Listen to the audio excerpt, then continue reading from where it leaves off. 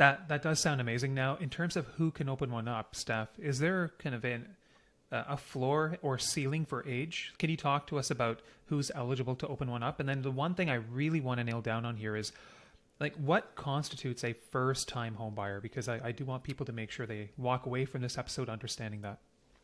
Yeah, good question. There's two things, and I want to delineate. There's two ways or times you have to qualify. One is, do I qualify to open the account? Because that's a separate and distinct question, and I'll talk more about the second part later on, which is, do I qualify to make a withdrawal? So there's two different sort of parameters going on. Mm-hmm. So yeah, let's talk about who can open an account.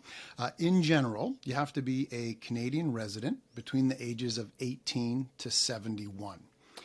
And it's a bit different in some provinces, BC, New Brunswick, Newfoundland, Nova Scotia, and the three territories.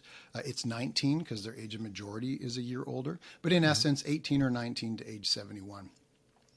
The big rule is that you have to have not owned a home in the last 5 years and lived in it as your primary residence. And if you have a spouse or a common-in-law partner, if they've owned a home and you've lived in it in the last 5 years, that would also disqualify you. So basically, if you've not owned and lived in that home for the last 5 years, you're able to open up a first home savings account. There is a couple of interesting twists with regards to that rule. So I'll just highlight a couple of things.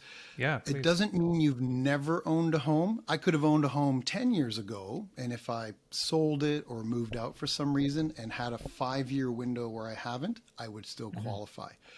So folks that have owned previously and are currently renters for the last 5 years, they would still qualify.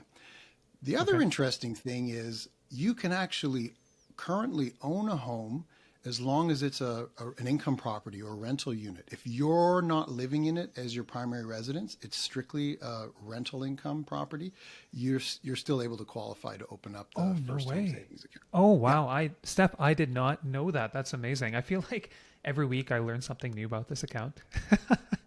Yeah, there's a lot of little nuances with it, that's for sure. Yeah. Okay, that's really interesting. So now, let's say one is eligible and they go ahead and open an account. Technically speaking, and I know this will be important when we talk more about the investment side of things, but how long can you keep an account open for?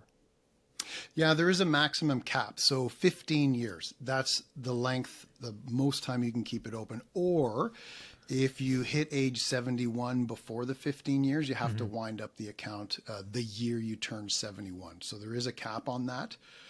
The other thing I should mention is, to open one of these, if you qualify, you do not have to have some kind of firm timeline or idea that you are buying a home at some point. As long as you qualify, hey, you can open up one of these accounts.